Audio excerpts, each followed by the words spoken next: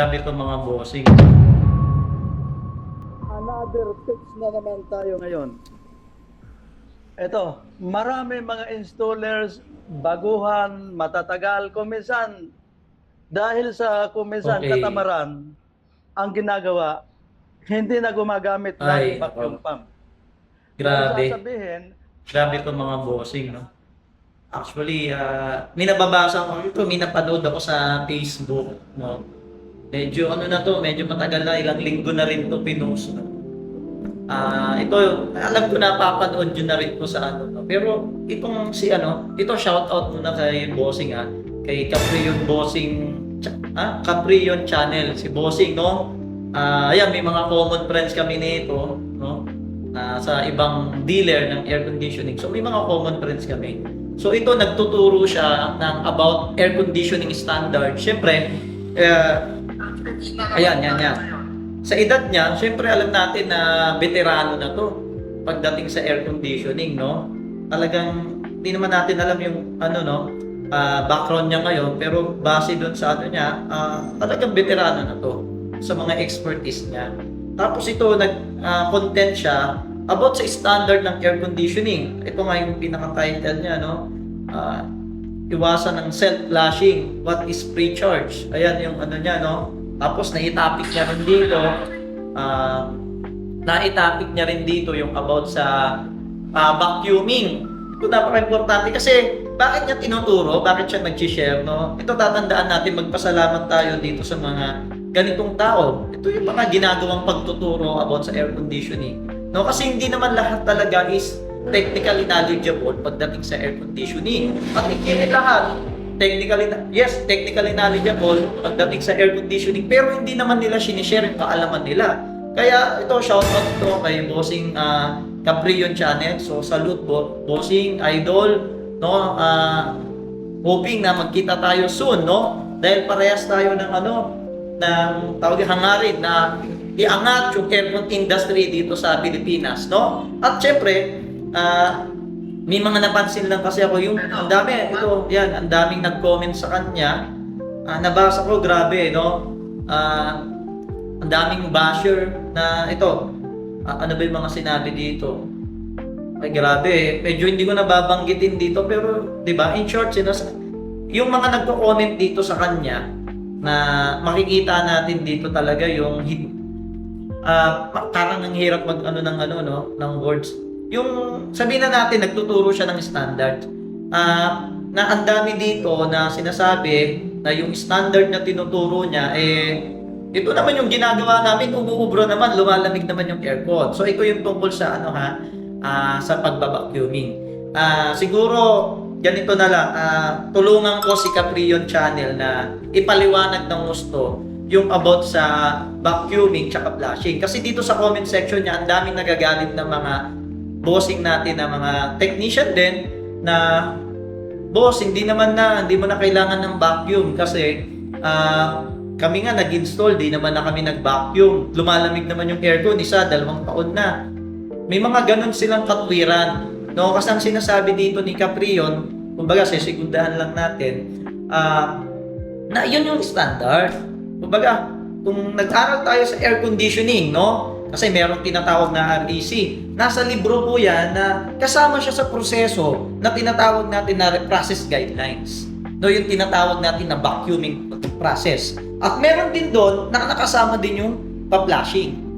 So, ibig sabihin, magkaibang aspeto siya. Sa libro lang ba galing yun? Hindi. No? Pati sa mga manual ng air conditioning. Kasama rin yun. Yung air conditioning brand ba, example, Daikin, LG, kung nakapag-training na kayo dyan, Carrier, hindi ba nila tinuturo yung vacuuming? So lahat yan tinuturo nila. No? Kaya sisigundahan natin yung pagtuturo ni Caprion na talagang approve yun. No? Pero tutulungan ko lang siya uling na i-elaborate lang natin yung mga in-explain niya dito para mas maintindihan din ng mga kaibigan natin o mga bossing natin technician. Tara, doon tayo sa mga aircon para medyo maganda yung background natin. Okay? Let's go. So yun mga bossing, so nandito pala tayo ngayon sa aircon, no? Aircon natin dito. I-explain lang natin kasi nga, gaya nung nandun sa video, nung nakikita ko nga. So para lang dagdag, kumbaga, tutulungan natin si Caprio na magpaliwanag sa mga kasamahan natin dito sa air conditioning industry kung ano ba yung sinasabi ni Caprio na kailangan mag-vacuum talaga, no? At kasi doon sa comment section, kung makikita nyo, dami mga nagbabash, dami mga technician, hindi, ginagawa na namin to matagal na taon. Veterano na kami dito. Hindi naman kami nagba-vacuum. Flashing lang, okay na yon. Okay na nga ba yon? So, aalamin natin, no? Pero para malaman natin, siguro ang mas magandang ipaliwanag natin para mas maintindihan ng marami. Ano nga ba yung pagkakaiba ng flashing at vacuuming? At ano nga ba yung gamit nung flashing, ano yung gamit ng vacuuming? So, dyan, sisimulan natin. So, dito tayo muna sa ating air conditioning ngayon. Meron tayo ditong unit. So, wag nyong tignan yung data na ito, no? So, ang importante dito, papakita ko lang muna kasi yung flashing. Ano ba yung tinatanggal ng flashing? Ano ba yung gamit ng flashing, no? Pero, for the meantime, stay lang kayo dyan. Ipa-pump down ko lang tong system natin, okay? So, sige, pump down ko muna to. Para mapakita ko sa inyo yung flashing, no? Sisimulan lang natin sa procedure na unang-una yung flashing. Okay?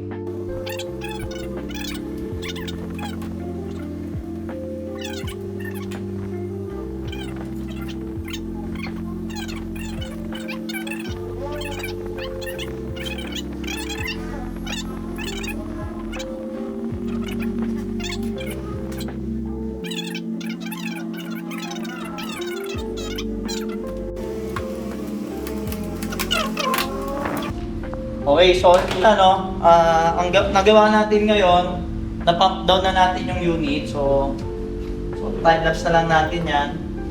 So, ang nangyari naman, so ito na. Example yung ating aircon. Example, isipin nyo to ha. Pagka-install ng aircon, ito na siya. Bago nyo ikabit ito, yung maliit na tubo, no, may gagawin pa tayo dyan. Kasi pag kinabit mo na yan, indoor, outdoor unit, ang tawag natin yan, pag kinabit ko na to, tawag na natin dito sa air conditioning is a closed system. No? Closed system na siya. Pero bago natin i-close system, ang unang procedure kasi, doon sa ating standard sa libro at standard sa mga brands ng air conditioning, yung tinatawag nating flashing. Bossing, ano ba yung gamit ng flashing? Yung flashing kasi, tulad na ito, merong mga standard sa libro, magbabasa nyo, no? Kinakailangan natin ng flashing, tapos, ang gagawin natin, using 3 stopping power. So, mamaya papakita natin. Pero, paliwanag ko lang, ano ba yung tatanggalin talaga ng flashing? Ang tatanggalin ng flashing, yung mga, kunwari, luma yung aircon, may mga oil to sa loob, tatanggalin niya yun, ipa-flush na yun. Ano pa? Yung tubo na to, kung bagong install yung ating air conditioning, saan ba galing? Di ba sa storage natin, so may mga alikabok yan, tatanggalin niya yun, ipa-flush na yun, papalabas, no? So, mula dito, kung nandito yung ating nitrogen, pa-flush niya yan, papunta dun sa labas, no? Papunta dito sa kabilang dulo. So, yung tinatanggal niya, yung mga naiwan na oil, meron ditong tinatanggal niya yung mga alikabok na galing sa storage, tinatanggal niya rin yung tinatawag natin, yung pinag-clearan natin. Ang tawag natin doon yung mga ribaba, yung mga burst. Example ito, ako tayo ng clearing. Di ba nag-clearing tayo, yung pinabuka natin yung piping. So meron tayong tinatawag na yung ating reamer, no? So pag ni-reamer, kasi ang standard din natin, nire-reamer yan. So pag ni-reamer natin yan, ayan.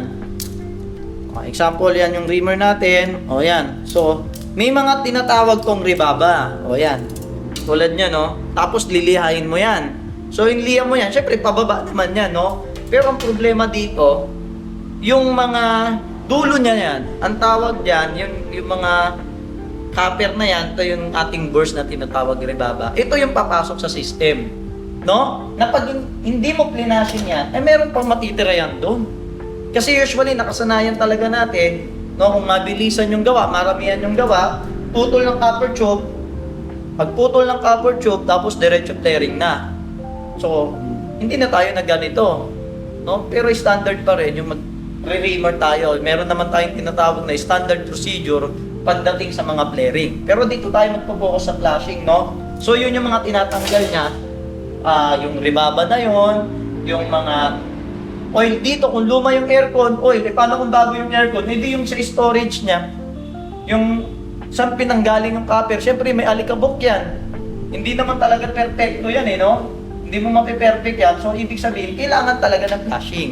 Yung mga moisture, kunwari, merong acid sa loob o may nag-form ng moisture sa loob. Ayan, kung moisture, ibig sabihin, nagkakaroon ng pawis, pagpapawis. No, merong water content sa loob, tinatanggal yun ng flashing. So, malinaw yun ha. Ang tinatanggal ng flashing, yung mga water content. Kung luma yung aircon, yung mga oil content niya sa loob, nagaling sa compressor, yung mga, kung bago naman installation, yung mga alikabok, no? Na pumasok dun sa copper tube dahil dun galing sa storage eh. At syempre, yung mga moisture. So, yun yung gamit ng flashing. And then, sige, kaya nga ang ginagawa, standard sa flashing, no? Ano yung ginagamit natin dun na pang-flashing? Na ito, na-topic dito ni Catrillo, no? Ano bang ginagamit? Yung iba, gumagamit ng ano? Ginagamit nila yung nasa unit mismo. Yun yung sinasabi ni itong three-way valve natin, o itong ating gate valve dito sa suction line. Ang gagawin, no? Bubuksan to, dito magpa-flashing. Ayan, no? Dito sila magpa-flashing. Gaganon sila. Tama naman yung sinabi na ni Caprion na hindi standard yun. Kasi itong unit natin, may standard to na laman talaga ng refrigerant based on the manufacturer design yan. No? So hindi natin pwedeng bawasan to. Sasabihin ng iba, magdadagdag. O kung magdadagdag pa kayo, nakalagay na nga dito, manufacturer design. Kung magdagdag, okay naman, pero titimbangin nyo. Para yung lagay natin ng refrigerant dito, saktong-sakto. Talagang manufacturer design talaga siya. Para yung lamig talaga, napakaganda. No? Okay, dun muna tayo, bossing. So, sa flashing, talaga, hindi pa pwede ito yung gagamitin natin. No? Ang gagamitin talaga natin dyan, nitrogen. No? Ang ginagamit sa pagpa-flashing, ang standard sa libro is nitrogen. No? Pakita natin. Tapos, hindi pa siya hindi lang basta pinabugaan mo na nitrogen. Paano, bossing, kung ang daming hinang? Paano naman, bossing, kung ang dami ng oil o luma na yung aircon? Yan, gumagamit tayo ng flashing agent. Ano yung flashing agent? Yung 141B. No? Nilalagay natin yan sa kabilang dulo, tapos pina-flash natin. So, para matunaw yung mga carbon deposit doon sa loob na madikit. So, gumagamit tayo ng 141B. Sige, example, mag-example tayo ng flashing ngayon para makita nyo. Okay? So, example, no? So, huwag tayo gagamit ng, syempre, aminin na natin, may mga technician gumagamit ng refrigerant kasi yun naman readily available, no? Yun naman talaga lagi readily available. Pero, kung pagbabasihan po natin yung standard ko sa libro, ang nakalagay po talaga dyan is kailangan natin i-flashing through nitrogen. Okay? Through nitrogen, no? Ibig sabihin, ito yung ating gauge manifold, no? Ito lagi yung dilaw common hose, itong ating kulay blue yung ating papunta sa ating low side charging port, no? So, itong dilaw tapos yung ating blue lang yung gagamitin natin. So, gagawin natin flashing. Ang unang procedure talaga, ito tip ko rin sa inyo. So, susuportahan ko lang si Caprion Channel, no? Ito yung sinasabi niya, bago man o luma yung aircon, kailangan i-flashing, no? Sige, ano yung pina-flashing natin? Yung mga tawag dito, water content sa loob, oil content sa loob, kung luma yung aircon, yung mga alikabok na napunta dyan, at yung mga ribaba na pinagpleran natin. So, yun yung mula dito sa ating nitrogen, bubuksan ko lang to. So, example, this is a nitrogen, no? Nitrogen gas, papunta dito, example papunta yan dito sa system, pupunta ngayon sa atin yan dito.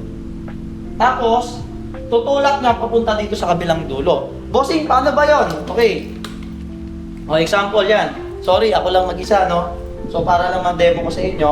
So, example, ito na nakakonect na yung ating nitrogen. Tapos, pagpasok dyan, papasok dito sa system, pupunta doon sa kabilang dulo, ito yung flashing. O, ang sabi sa standard, magpa-flashing daw tayo using 3 stopping power, using tamp. No, nasa standard po yan, nasa libro po yan. Ng air conditioning. Paano yun, bossing? Example yan, So, bubuksan. Hawakan ko tong kabilang dulo. Usually, sa tayo no? Dito sa discharge. Parang may hangin pa, no? Hindi pa ata gano'n nakasara. Ayun, okay na? Okay, hawakan mo dito, tapos i-open mo yung galing dito sa ating...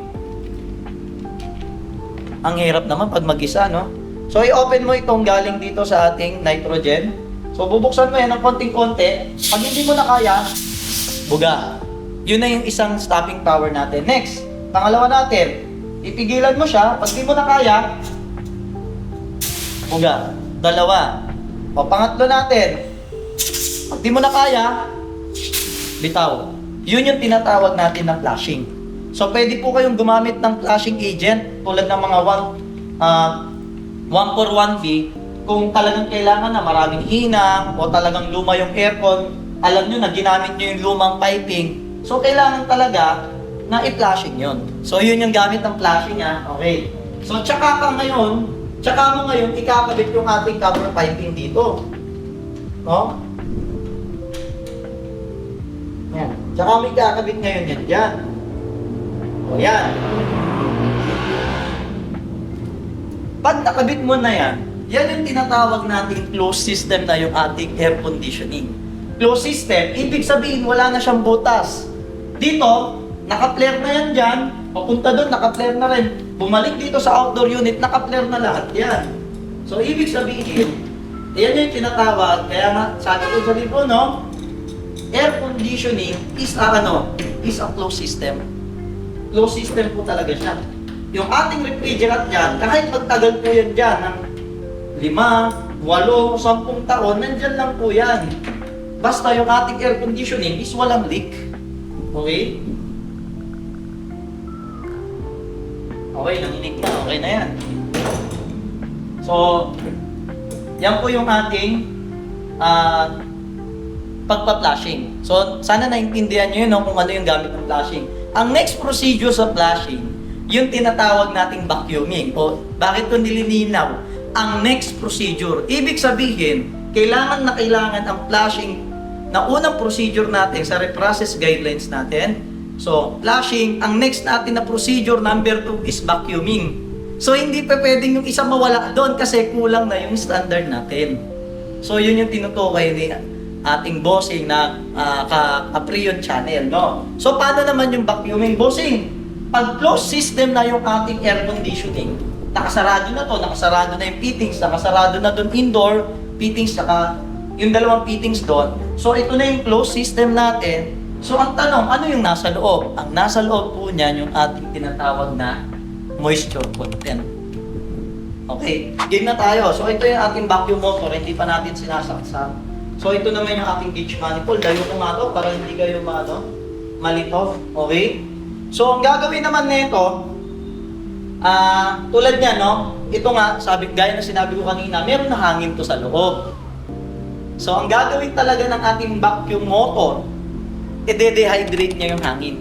Bossing, paano ba yung tinatawag na dehydration? No? Tatanggalin niya yung hangin sa loob. Tandaan nyo yung mga term, yung flashing, ang tawag natin doon, cleaning. Nililinis natin yung system.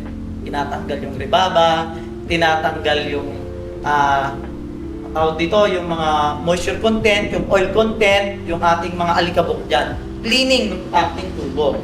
Pagdating naman sa ating vacuuming, para hindi kayo nalilito, ang tamang term po dito is tinatawag na dehydration. Bossing, ano yung dehydration? Yung hangin sa loob, kailangan niyang tanggalin. No? Bossing, ano yung, para matanggal yung hangin sa loob, ano yung pinagbabasihan natin? Yung micron gauge. No? Yun talaga yung pinagbabasihan natin. Pag dito naman sa gauge manifold na mga ganito, o yung mga tawag dito, meron isang gauge manifold yung analog. So pag na-reach niya na yung 30 Hg, yun na ba yun? Hindi pa. So meron pa tayong tinatawag na fully vacuum. Kaya nga, pagka-on mo ng vacuum motor hindi naman yan 1 minuto. No, hindi 1 minuto. Usually, 10 to 15 minutes yung ating pagbabacuum. Yung iba tumatagal ng 30 minutes, yung iba tumatagal ng 1 oras. At may malalaking unit na tumatagal ng 24 hours na binabacuum namin. Pag mga commercialized na air conditioning na. So, bossing, yun po yung tinatawag na dehydration. So, tinatanggal niya talaga yung hangin sa loob ng system. So, ano ba yung tamang micro na bilang na kailangan ma-vacuum ng ating vacuum motor? So ang marireading, ang pinaka-safe po talaga na kailangan may vacuum natin, na makikita nyo yan sa micron gauge, no? Later on, papakita natin. Dapat umabot ka ng 500 microns. No? Na vacuum ng ating vacuum motor. Yun yung pinaka-safe. Pag mas mababa na doon, ang ganda na po. Sobrang dehydrate, sobrang wala ng hangin to sa loob. Kumbaga, sobrang dehydration na. No? Kaya pag ni-release mo refrigerant, talagang sobrang wala siyang mixture of kasi isipin nyo ano yung sinasabi natin pag hindi binacuum yung ating unit, merong 760,000 microns. No, yun na yung combination ng mga moisture sa labas, yung hangin. Tapos pag sinala mo yung ating yung ating refrigerant, ina-release mo na sa system, wala na. Nagsalo na doon, ang tawag na doon is contaminated refrigerant na. So ngayon, lalamig ba yung system? Pag gano'n, yes, lumalamig naman. Kaya nga may nagsasabi dyan, 1 taon. Bossing, ginawa na namin 1 taon, 2 taon yung unit, okay naman eh. Yes, hindi naman sinabing hindi lalamig. Pero, hindi natin pwedeng tumbasan yung lamig ng talagang fully vacuum na umabot ng, gumamit ka ng vacuum motor, nag-vacuum ka ng maganda, umabot ng 500 microns, sobrang mas maganda yung lamig nun kaysa dun sa hindi nag-vacuum. Yun lang po yung sinasabi sa standards. Kaya kung bakit kailangan ng vacuum motor. Iba talaga yung lamig ng naka-vacuum, sobrang dehydrate na yung merong dehydration na nangyari dito sa ating tubo sa loob ng system bago ilabas yung ating refrigerant. Okay? So yun po yung ating tinatawag na, sana medyo naintindihan nyo yung difference ng flushing at vacuuming. Tatandaan natin yung flushing, cleaning yan ng ating tubo dito. At yung tinatawag nating vacuuming, yung tinatawag na dehydration. So tatanggalin naman natin yung hangin sa loob para yung ating air conditioning, no, after vacuum is mag-ooperate siya ng 100% fully refrigerant. Talagang solid na solid yung lamig niya. Okay? Bossing, sana may natutunan kayo doon sa ating short video lang naman to, no? So bilang support ako kay Bossing, kay yung Bossing legend na si Caprion, kasi sobrang ako actually parang medyo nasasaktan ako kasi medyo nagtuturo din tayo pagdating sa linya ng air conditioning, no? Dahil syempre sinishare ko yung knowledge ko. Sayang naman kung hindi namin i-share ito, yung knowledge na natutunan namin sa school, no? Ako, I've been studying in RAC 4 years, refrigeration and air conditioning, and another 4 years ng HVAC, heating, ventilating, and air conditioning, also the refrigeration. No, sobrang lumawak na yon. Hindi pa tayo nakontento, nag-aral pa tayo ng mechanical engineering para naman dun sa career growth natin. So sobrang lawak naman na, kumbaga, hindi naman sa disclaimer lang, no. Hindi naman sa, okay lang naman, no, marami namang magagaling sa air conditioning na hindi naman talaga ito yung background niya pagdating. Okay lang yun, walang problema doon kasi ito naman is natututunan at napag-practice. Pero, ang sinasabi lang naman namin dito ni Caprion, wag natin isantabi yung mga standard na tinuro na talaga na matagal ng panahon sa libro ng air conditioning. No? Nag-invento ng air conditioning. No, wag natin isasantabi yan.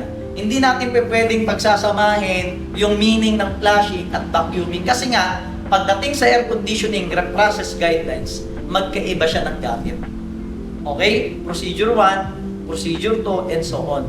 No, ganun po siya, no? Kaya yon, sinusuportahan ko yung tinuturo ng ating Bossing at legend at Caprion, and see you soon. Sana magkita tayo, Bossing, no? May mga common friends tayo. Shoutout, no? Mga kaibigan ko na kaibigan ni Caprion, shoutout sa atin dyan. At yun lang, Bossing, no? Sana tawag dito, sana wag naman natin masyadong ibabash yung mga nagtuturo pagdating sa air conditioning, no? At kami po ay nagtuturo lang din, nag-share lang din ng knowledge para syempre sa ikakaangat ng ating aircon industry dito sa Pilipinas. So with that, yun lang mga Bossing, maraming salamat. Sana marami kayong natutunan. Nabubulol ako Sana marami kayong natutunan, no? So, doon sa ating tinatik. So yun lang mga Bossing, Kung gusto nyo matuto more on air conditioning or talagang pumasok into air conditioning world, so just follow lang yung ating Boss Amat na page. At meron din tayong YouTube, yung All About Aircon by Boss Amat. Follow nyo lang po ako dyan, no? At syempre, yun lang mga bossing. See you sa mga susunod na vlog. Marami pa tayong pagsasamahan. At thanks and God bless sa atin, mga bossing natin dyan. Peace out sa ating lahat. Hey!